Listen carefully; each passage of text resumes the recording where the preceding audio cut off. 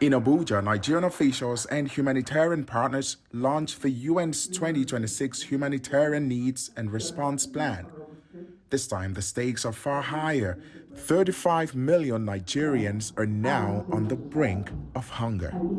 At the very moment where the humanitarian needs in Nigeria are increasing, we have seen also global funding drastically shrinking. Funding for our humanitarian need and response plan last year was about half of what we have received in 2024, resulting in a dramatic drop in humanitarian assistance. Nearly 6 million of those at risk are in the conflict-affected states of Borno, Adamawa, and Yobe. The crisis is being driven by a 16-year insurgency, mass displacement, climate shocks, and deepening economic hardship. The United Nations says women and children account for 8 out of every 10 people in desperate need. And with global crisis stretching donor budgets, Nigeria's hunger crisis is set to worsen. These are statistics, but behind the numbers, these represent life, and these represent also the future of Nigeria.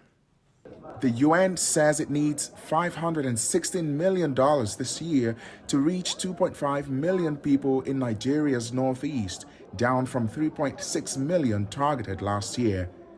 And this week, the World Food Programme warned that without urgent intervention, it could, for the first time, cut off food assistance to more than 1 million vulnerable people, including last year's beneficiaries.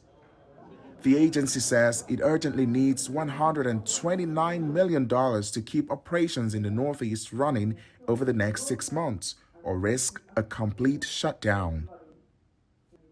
As funding gaps widen, the UN and Nigerian authorities say a new strategy is needed, a shift toward nationally led and nationally resourced humanitarian action. We have to look inward. How do we source domestic resources? We must learn to fish ourselves. This is a shared responsibility.